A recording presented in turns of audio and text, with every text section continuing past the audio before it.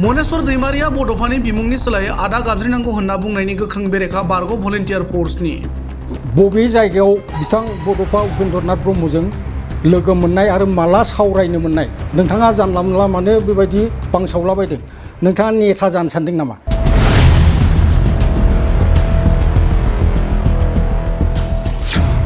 उपेन्द्रनाथ ब्रह्मआ सोमावसारनाय समाव मनेस्वर दैमारिखौ नुफेराखै।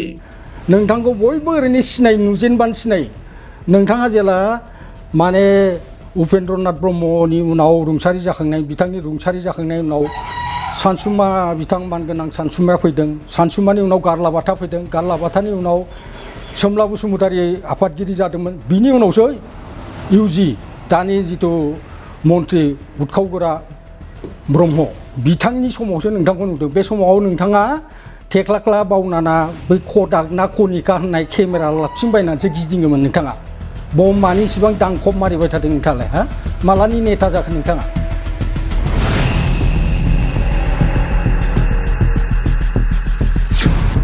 बर'आ अलखदाव दं। बे समाव मनेस्वर दैमारिया जानला मोनला खोथा बुंनो नाङा।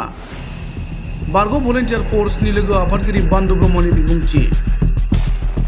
जानला मोनला खोथाखौ बुंनो नाङा नंगौ खोथाखौ बुंनांगौ। खारन दिनै बर'आ जा अलखद समाव दङ बर' माहारिया जिबायदि माने अलखदजों जुजिनानै दङ बे समाव नोंथाङा बेबायदि जानला मोनला बांसावनांगोन। नोंथाङा बड'फा उपेन्द्रनाथ ब्रह्मनि बिसय मा सोंखारो मा बुंलाबायदों मा बुंलाबायदों हो?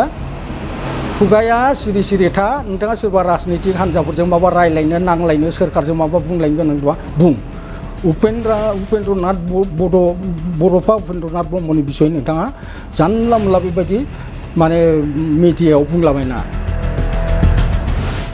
बावैसो सान सिगां गसाइगाव महकुमानि सिङाव थानाय संकस बाथौ खेराइसालियाव एबसुनि बारग' दैदेनगिरि मनेस्वर दैमारिया उपेन्द्रनाथ ब्रह्मखौ बड'फा होनना गाबज्रिनायनि सोलायै आदा गाबज्रिनांगौ होनना बिबुंथि लाखिदोंमोन। बेनि हेंथायै बारग' भलन्टियार फर्सनि लोगो आफादगिरि बान्दु ब्रह्मआ सनिबारखालि तामुलपुराव खौरांगिरि मेलनि गेजेरजों मनेस्वर दैमारिनि बिबुंथिनि हेंथायै गोख्रों फिनजाथाय होयो। सोमावसारनाय समाव मनेस्वर दैमारिखौ नुनो मोनफेराखै। जेब्ला उपेन्द्रनाथ ब्रह्मआ मुम्बाइनि टाटा मेम'रियेल केन्सार हस्पिटालाव जोबथा हां बोनायनि उनाव बिथांनि गोथै सोलेरखौ मान होनानै बरागारि गामियाव लाबोनानै लाख लाख रायजोफोरा बिबार मालाजों साजायनानै दतमायाव फबदोंमोन बे समाव मनेस्वर दैमारिखौ नुनो मोनाखैमोन। उरखावगोरा ब्रह्मआ एबसुनि आफादगिरि जानाय समाव मनेस्वर दैमारिया केमेरा लाग्रासोमोन। बियो उपेन्द्रनाथ ब्रह्मखौ लोगो मोनफेराखै। बड'फा उपेन्द्रनाथ ब्रह्मखौ मनेस्वर दैमारिया लाजि फोनांदों। बिनि थाखाय रायजो राजानियाव निमाहा बिनो नांगौ। मनेस्वर दैमारिया सा साज्रां बाथ्राफोरखौ ओरैनो बुंलाबायदों।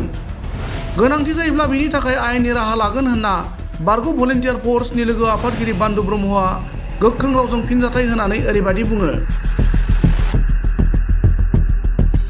जिथु गरेस्वर फुख्रिपारनि मनेस्वर दैमारि बिथाङा बड'फा उपेन्द्रनाथ ब्रह्मनि जिथु बिसयै जिथु बुंदों बेखौ आं सिगाङावनो स्ट्रंलि कन्डेम होयो। बिथाङा मालानिफ्राय बबे सननिफ्राय बबे मायथाइनिफ्राय एबसुनि दैदेनगिरिमोन बिथांनाव आं कुइसन खालामो। बिथाङा बुंदों जे बड'फा उपेन्द्रनाथ ब्रह्मजों सावरायलायनायाव बिथाङा बुंदोंमोननो बड'फा उपेन्द्रनाथ ब्रह्म बिथाङा बुंदोंमोननो जे आंखौ बिफा लिंस्लायस्लाय बिदा लिंनायानो साबसिन होननानै।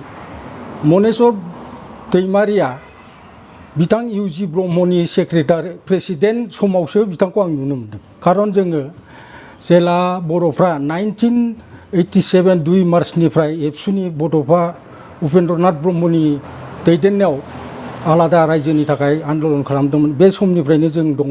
अब्ला उपेन्द्रनाथ ब्रह्म बिथाङा आफादगिरिमोन दुलाराय बर' फरायसा आफादनि। बिनि उनाव नेहाथारिया दंमोन जोंहा बै समनि दरं जिल्लानि दरं डिस्ट्रिक्टनि रौतानि आइटेंजारनि बिथां रबिराम ब्रह्म बिथाङा जेनेरेल सेक्रेटारिमोन।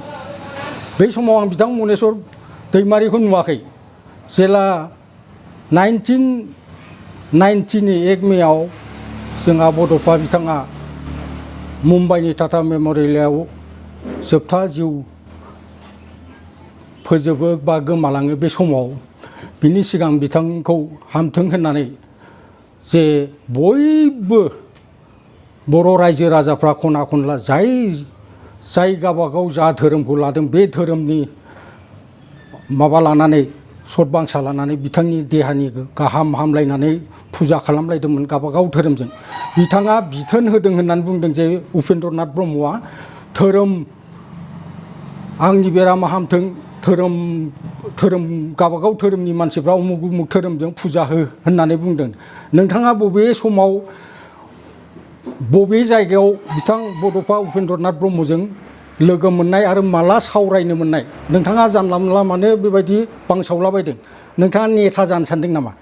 नोंथांखौ बयबो ओरैनो नुजेनबानो सिनायो। नोंथाङा जेला माने उपेन्द्रनाथ ब्रह्मनि उनाव रुंसारि जाखांनाय, बिथांनि रुंसारि जाखांनायनि उनाव सानसुमा बिथां मानगोनां सानसुमाया फैदों, सानसुमानि उनाव गारलाबाथा फैदों, गारलाबाथानि उनाव सोमला बसुमतारी आफादगिरि जादोंमोन, बिनि उनावसो इउजि दानि जिथु मन्त्रि उथखावगोरा ब्रह्म बिथांनि समावसो नोंथांखौ नुदों। बे समाव नोंथाङा थेख्लाख्ला बावनाना बै कदाक ना कनिका होननाय केमेरा लाबथिंबायनानैसो गिदिङोमोन नोंथाङा। मानि इसिबां दांखब मारिबाय थादों नोंथाङालाय? हा मालानि नेता जाखो नोंथाङा बड'फा उपेन्द्रनाथ ब्रह्मखौ बिदा लिंनो थिनस्लायस्लाय नोंथाङा बेनिख्रुइ महात्मा गान्धीखौ राष्ट्रीय पिता होननायनिख्रुइ सुभाष चन्द्र बसखौ राष्ट्रीय पिता बानायनांगौ होनबा साबसिन जायोमोन। नोंथाङा जानला मोनला काउन्टार होलाबायनाङा, खारन नोंथांखौ आङो मात्र इउजि ब्रह्मनि समाव, बिथां इउजिनि ब्रह्म समावसो लोगो मोनदों। नोंथाङा दंमोन नामा जेला उपेन्द्रनाथ ब्रह्म बिथांखौ मुम्बाइ टाटा मेमरियेलनिफ्राय फ्लाइटजों लाबोनानै बागड'ग्रा सिलिगुरिनि बागड'ग्रा माने एयारपर्टआव बोख्लायनानै गारिजों लाबोनानै दतमानि माबायाव बरागारि गावनि न'आव लांनानै जों बेहाय जे फुङाव 20-25 जनसो मानसिफ्रा, हिन्जावफ्रा, हौवासा हाजार मानसिनि गेजेराव जों बिबार माला सुदोंमोन। नों बहा दंमोन? नोंथाङा बहा दंमोन? नोंथांखौथ' आं नुवाखै, नोंथांखौथ' बयबो सिनायखायोमोन। हायथा माने इसेबां थिफुदला बुंदों नोंथाङालाय जानला मोनला? बांद्राय जानला मोनला बुंनाङा, नंगौखौ बुं। नोंथाङाथ' बे समाव गैयानो। बरागारिनिफ्राय लाबोनानै जोङो दतमायाव हाजार लाख मानसिनि गेजेराव बिथांखौ मोनसे माने राष्ट्रीय सन्मान आखारै नेसनेल फ्लेग लालायनानै एबसुनि फिरफिलाखौ बिरहोलायनानै बिथांखौ मोनसे गार्ड अफ अनार होलायनानै बिथाङा बुंखादोंमोन आं थैब्ला आंखौ सावनाङा होननानै। बिथांखौ हाखर गोथौ जावनानै माने रायजो राजा बयबो हाजार लाख मानसिया फुल माराजों फबनानै बिथांखौ फबनाय जादोंमोन। नोंथाङा बे समाव बहा दंमोन? नोंथांखौथ' जों नुवाखैनो। नोंथाङा माब्लानिफ्राय बड'फा उपेन्द्रनाथ ब्रह्मजों माने सावरायनो मोनखो? जानला मोनला खोथाखौ बुंनो नाङा, नंगौ खोथाखौ बुंनांगौ। खारन दिनै बर'आ जा अलखद समाव दङ, बर' माहारिया जिबायदि माने अलखदजों जुजिनानै दङ, बे समाव नोंथाङा बेबायदि जानला मोनला बांसावनांगोन। नोंथाङा नेता जानो नागिरदों नामा? नोंथाङा नेता जायो मा जायो, नोंथाङा बबे पलिटिकेल हान्जायाव दङ बा माबायाव दङ, जोंहा बेखौ बुंनो गोनां खोथा गैया। बे नोंथांनि बेक्तिगत माबा। खिन्थु जाथिनि हारिनि बड'फा उपेन्द्रनाथ ब्रह्म बिथांनि बिसय नोंथाङा जानला मोनला भाषण होनाय भाष्यखौ जों खिन्थु सयज' हाया। जों भलन्टियार फर्सआ बेखौ गोख्रोङै सोंखारियो। नोंथाङा दिनैनिफ्राय बे बर' हारिनि बा बर' जाथिनि गाज्रि बा बांसावलाबायनाय बिजानु सोनाय सोदोबखौ गार आरो बे बड'फा उपेन्द्रनाथ ब्रह्मनि बिसयै रोङा भाङा नुङा हवा नुवाखैनो नोंथाङा नुवाखैनो। मानो बुंलाबायदों नोंथाङालाय? आं नलबारि जिल्लानि बै समनि भलन्टियार फर्सनि चेयारमेनमोन। बेखौ जोंखौ 1989आवनो उपेन्द्रनाथ ब्रह्मआ दाना होलांखादों। नोंथाङा बबे समनि एबसुनि नेता जाखो? नोंथाङा जानला मोनला मानो बुङो? बेनिखायनो आं नोंथांखौ बे मिडियानि थ्रुयै खावलायो, नोंथाङा जानला मोनला दा बुंखा। माने नंगौखौ बुं, नंगौखौ बुंनायाव जोंहा दाय गैया। आरो नोंथांजों आंहा खुनु बेक्तिगत सुथुरबो गैया, नोंथांजों आंहा खुनु माबा गैया। खिन्थु नोंथाङा बर' माहारिनि सासे बिफा, इसिबां अलखद समाव बर'फोरखौ एबसुआ बै समाव 1986आव रौता सेसनावबो एबसुआ गावदोंमोन। बिथाङा लाबोनानै बेसेबांबा खस्थ' खालामनानै बिथाङा बर'खौ खौसे खालामनानै 1987 2 मार्चआव गुवाहाटियाव दिसपुराव फार्स्ट कालचारेल मोनसे मास रेलि खालामनानै बे 2 तारिखनि मोनाबिलियाव बै समनि नलबारि जिल्ला टिउ सकआव बासजों फैनायाव बे मासरिलिनिफ्राय फैनायाव बासजों फैनायाव बेयाव अन्थाइ खुजादों दुथां असमिया सेंग्राफोरजों बा सुजित नार्जारि इस्ट क'क्राझारनि बिथाङा बाव जिउ गोमादों। नोंथाङा गोसोआव दं नामा बेफोरखौ? नोंथाङा जानला मोनला बुंनो नाङा।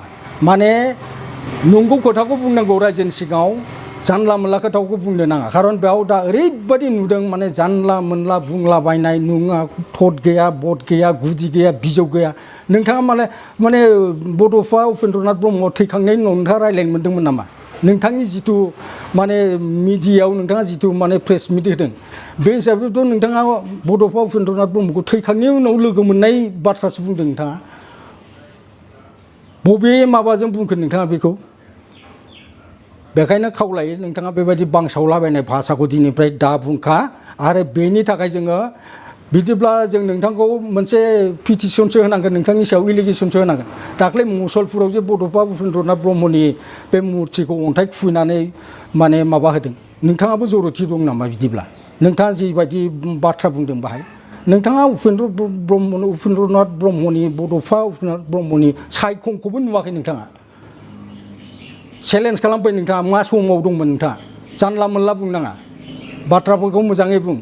जों बोरै बर'फोरखौ खौसे लाबोनो हायो? जों दिनैसिमबो बड'फानि सिगाङाव समायखिरा लानाय, बड'लेण्ड नङाबा जों जिरायाना, दिनैसिम जों बोरायबोबाय। जोंनि भलन्टियार फर्सआ दिनैसिम फिसौ बामलायनानैबो, बिहामजो फिसौ बिजामादै मोनजोबनानैबो दिनै जाथिनि थाखाय ओंखारगासिनो दङ।